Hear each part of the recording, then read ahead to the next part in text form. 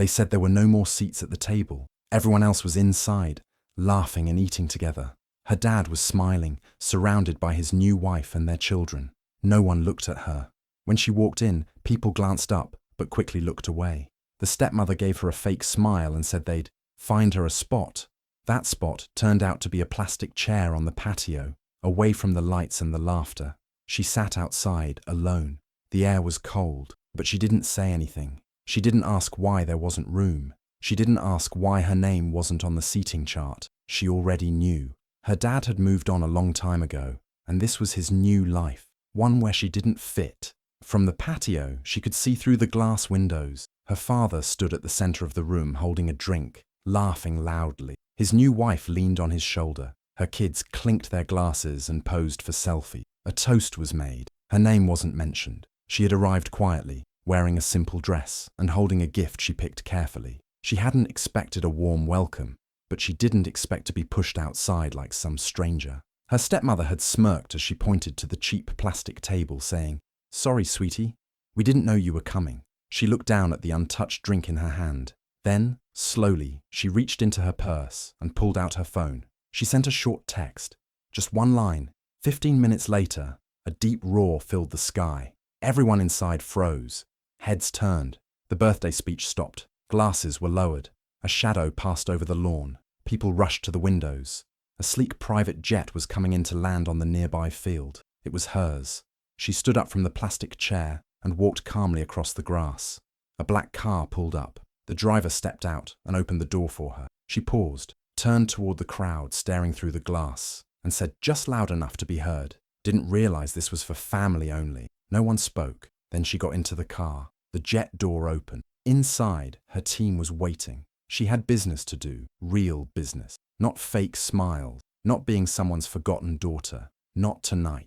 As the engines warmed again and the party guests stood in stunned silence, one thing was clear. She was not the same girl they had once ignored, and this was only the beginning. When she was a little girl, her parents got divorced.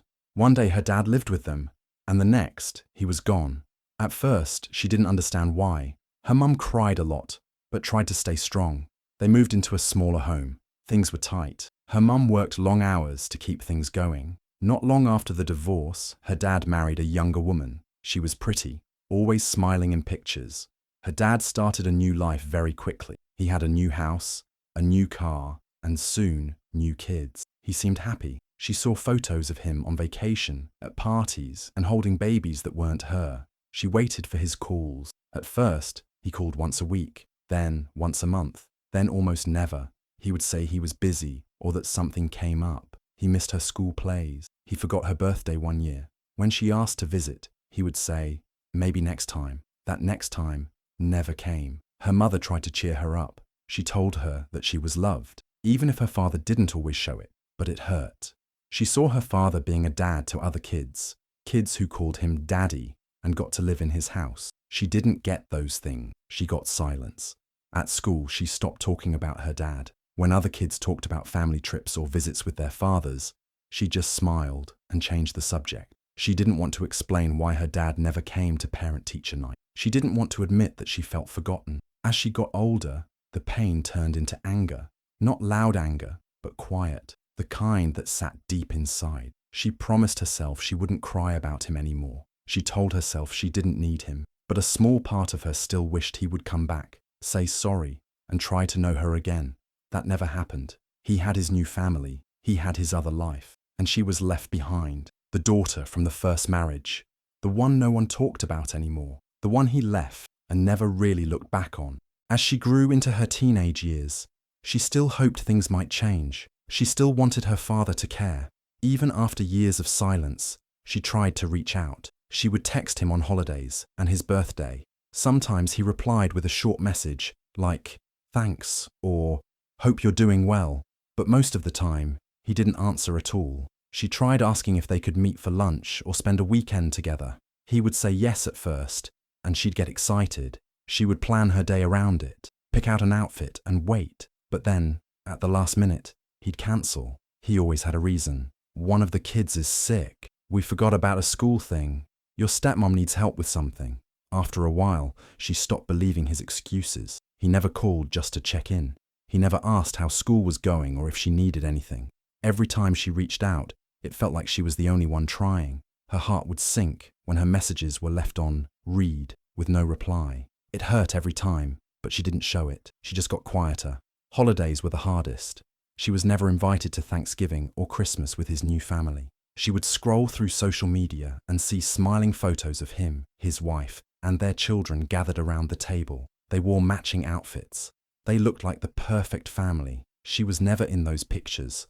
She wasn't even in the room. One day, during her final year of high school, she decided to send him a graduation invitation. She wrote a short note and mailed it. She didn't hear back. On the day of her graduation, she looked out at the crowd and hoped he would surprise her, but he didn't come. There was no message, no gift, nothing. Later that night, she checked her phone. Her heart sank. He had posted photos online. He was on vacation with his other kids. They were smiling on a beach, holding ice cream, laughing. That's where he had been while she walked across the stage alone. That was the moment something in her changed. She stopped expecting anything from him. She stopped chasing. The sadness turned cold. She realized she wasn't just forgotten. She was ignored on purpose. She didn't matter to him, not really. He had a new life, and she was not part of it. From then on, she promised herself she would never ask him for anything again. No more text, no more invite. She would do everything on her own. She would succeed without him, and one day, he would see exactly who he gave up. In her early 20s, life wasn't easy. She didn't have family support, but she had goals. She worked during the day and studied at night. Sometimes she had 2 or even 3 jobs. She worked in coffee shops, cleaned offices, and helped with deliveries. It was tiring, but she kept going.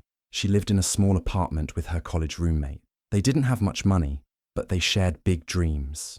Late at night, they would talk about starting something of their own. One day, they decided to try. They wanted to build a wellness app that helped people feel better, inside and out. They worked on the app after school and work. They had no funding and no help. Everything was done with what little they had. The first version didn't work well. It crashed, got bad reviews, and barely had users. They tried again. It failed again. But she didn't stop. People asked if she would call her dad for help. Just a little money, they said. One small favor, but she refused. She would never ask him for anything, not after how he treated her. If she was going to make it, she would do it without him. So she kept pushing. She studied business videos online. She read free guides on coding and marketing. She learned by trying, failing, and trying again. Her roommate stood by her the whole time, helping however she could.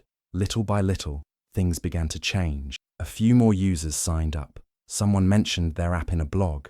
Then a wellness influencer posted about it. That small post brought in hundreds of new users. They updated the app, made it better, and fixed bugs. Reviews started improving. People were talking about it online. She and her roommate finally made a working version they were proud of. They still didn't have much money, but now they had hope. She never told her dad about any of it. He had no idea what she was building. He didn't know how hard she had worked or how far she had come. She didn't need him to know. She wasn't doing it for him. She was doing it for herself, to prove she could. The app they built started growing fast. One day, a popular YouTuber posted a video about how the app helped with stress and sleep. That video went viral. Thousands of people downloaded the app in just a few days. The numbers kept climbing. She and her roommate could barely keep up with all the emails and sign-ups. They worked harder than ever. They fixed bugs, added new features, and made the app even better. Soon, more people started talking about it online. It was in podcasts, blogs, and wellness groups. Big names in the tech world started to notice. A few investors reached out. They wanted to help the company grow. She couldn't believe it. After years of hard work and failure, things were finally coming together. Within 2 years, the small idea she started in a tiny apartment had turned into a big business. She had a full team, a real office, and millions of users. The company made its first $1 million, then more. One day, her face appeared in a Forbes article about women in tech. Her name was finally out there, and people were paying attention. But while the world started to notice her, her family stayed silent. Her dad didn't call. He didn't send a message. He didn't say, "I'm proud of you," or even, "I saw your article." Nothing. Not even a simple "congrats." It was like she still didn't exist in their world. She didn't expect anything from them anymore, but part of her still felt the sting. She had worked so hard. She had made something out of nothing, and they still acted like she didn't matter. Then one day, out of nowhere, she got a message from her stepmother. It was short and awkward. "Hi dear, hope you're doing well. We'd love to see you. We're planning a party for your father's 60th birthday. Let us know if you can come." She stared at the message for a long time. It didn't say anything about her success. It didn't say they were proud of her or happy for her. It was like none of that had happened. Just an invite, like nothing had changed, like she had always been part of the family. She didn't answer right away. She wasn't sure how she felt. Part of her wanted to delete the message, but another part of her thought this might be the moment she'd been waiting for, not to reconnect, but to show them who she had become, not with words, but with presence. After all these years of being pushed aside, maybe it was finally time for them to see the daughter they had ignored. She arrived at the party quietly. Her clothes were simple but elegant. She carried a wrapped gift in her hand, something thoughtful and expensive. She had taken time to choose it carefully. As she walked into the house, all eyes turned towards her. The music didn't stop, but the mood shifted. People looked confused. Some whispered. No one expected her to show up. Her father was across the room, laughing with guests. He looked right at her, then looked away. He didn't smile, didn't wave, didn't walk over. He just kept talking like she wasn't there. The stepmother saw her too. Her face tightened, but she quickly put on a fake smile. "Oh, you made it," the stepmother said, walking over. "We didn't know you'd be coming." "I got the message," she replied calmly. "Well," the woman said, glancing around, "we're a little short on seats inside. The party got so full." She laughed nervously. "Let me see where we can place you." The stepmother turned and spoke to someone quietly. A few minutes later, she led her toward the back of the house. "Just out here for now, sweetie," she said with a sweet voice that felt sharp underneath. She was shown to a small plastic table on the patio. It was next to the caterer's setup, far from the music and the guests.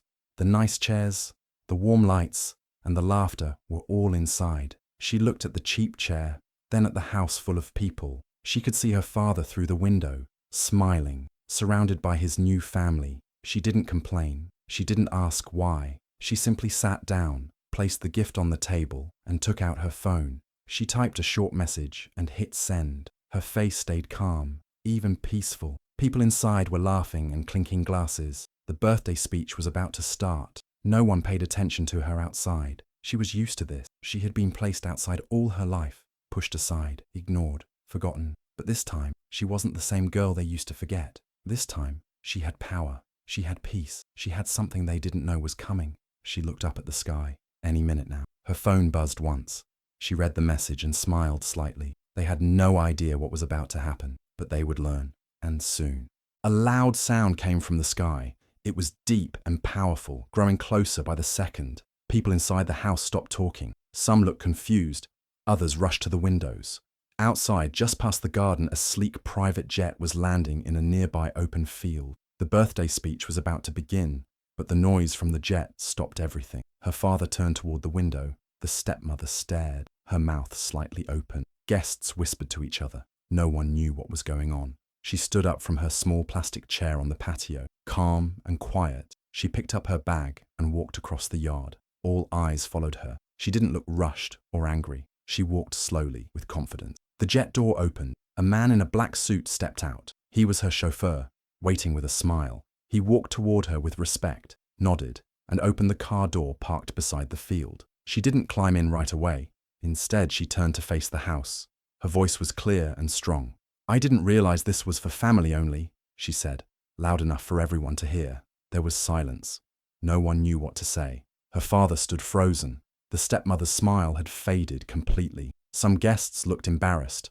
Others looked impressed. She didn't wait for a reply. She got into the car, and the chauffeur closed the door gently. Then she was gone, the jet waiting behind her. The party left in shock. She didn't cry. She didn't shout. She had already said everything she needed to, not with words, but with her presence, her calm, and the jet that had landed just for her. They had tried to hide her outside like she didn't matter, but now, no one could ignore her. Everyone had seen, everyone had heard, and that was only the beginning. Inside the jet, everything was quiet, clean, and modern. Soft lights glowed overhead. Comfortable leather seats lined the space. But it wasn't just a luxury ride, it was her flying office. Her team was already waiting inside, dressed smartly, laptops open, ready to work. They greeted her with calm smiles. "Right on time," one of them said. She sat down and pulled out her phone. They were about to begin an important video call with reporters and media partners. It had been planned for weeks. This was not just business. This was a message. As the call started, she spoke with confidence. She talked about how her company was built, no family help, no shortcuts. She spoke about being overlooked, left out, and how many people grow up feeling invisible. Her voice didn't shake. Her story was clear and honest, but she didn't share any names. The media listened closely. Some reporters already knew part of her background. They'd seen the Forbes article. They were interested not just in her company, but in the woman behind it. On the call, her executive team shared how the brand focused on truth, care, and second chances, helping people who are often left behind. She spoke about rejection, about choosing to grow in silence, and about turning pain into purpose. Again, no names were said, but her story had power. The way she carried herself, calm and direct, left a strong impression. The next morning, the story hit the internet. One outlet called it "The Quiet Storm." Another called it "Success Without a Seat at the Table." The story was everywhere. It didn't take long before people started connecting the dots. Some local guests who were at the birthday party shared what they saw: the plastic chair, the cold welcome, the jet, the exit. People online quickly figured out who her father was. Comments filled up fast. Her company gained thousands of new followers overnight. People praised her strength, her calm, her class. They shared their own stories of feeling forgotten by family or pushed aside. Her brand's values became louder than any ad. Sales doubled, then tripled. More investors reached out. Her name was trending. But back in her father's world, things were falling apart. His image in the community took a hit. Friends who had seen the party post went quiet. His business partners didn't return calls. Even people close to him were now unsure. He had spent years ignoring her. Now the whole world was watching her and watching him, and she didn't have to say a single bad word about him. She just kept moving forward. After everything went viral, her father's life began to fall apart. People didn't forget what happened. In fact, they kept talking about it. Then, more problems started showing up. Problems the family didn't expect. Reporters began looking into the stepmother's charity work. She had been running a children's group that asked for donations. On paper, it looked like she was doing good things. But when people started asking questions, strange details came out. Money meant for kids had been spent on vacations, shopping, and personal bills. Nothing added up. The truth became clear. She had misused the funds. Soon, newspapers picked it up. It spread fast online. Donors pulled their money. The organization was shut down. Her stepmother, who once loved attention and praise, couldn't hide anymore. Her face was everywhere for the wrong reasons. The stepchildren didn't escape either.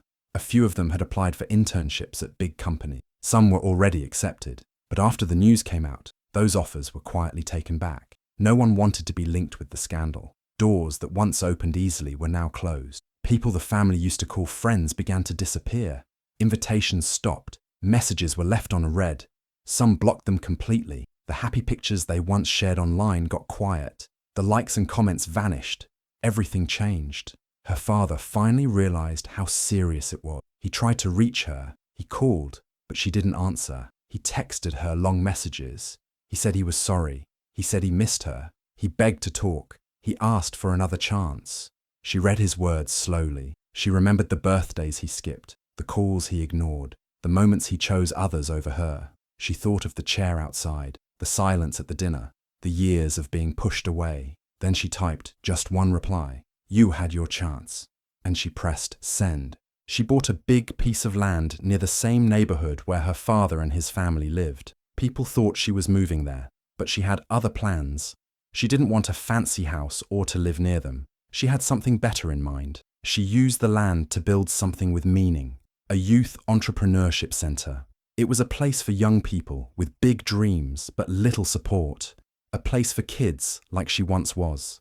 The building was modern, filled with light, and full of energy. It had classrooms, meeting rooms, and space for creative work. There were mentors, training programs, and startup help for those who needed a chance. She named the center after her mother.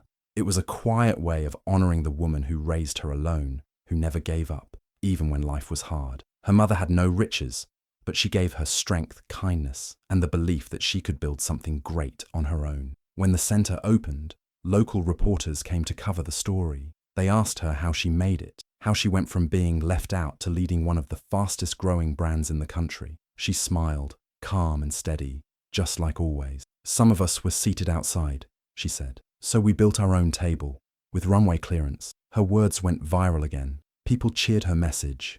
It wasn't loud, it wasn't cruel, but it was strong, it was clear. She didn't need to tear anyone down. She had already risen above them. From the windows of their house, her father and stepmother could see the center in the distance. They couldn't ignore it.